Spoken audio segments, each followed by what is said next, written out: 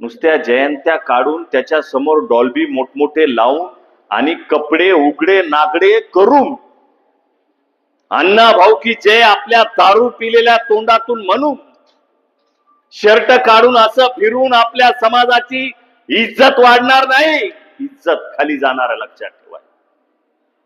गावातून मिरवणुका काढता का नाही मोठमोठाले लोक, दरवाजे लावतात, खिडक्या लावतात तुमच्या मिरवणुका गावातून निघाल्यावर. आमच्या बाया माया बहिणी त्या जयंतीच्या माग चलत असतात. कशामुळं? तुमच्या जयंती सामील होण्यासाठी नाही, नवरा कुठं दारू पिऊन पडतोय का बघायसाठी,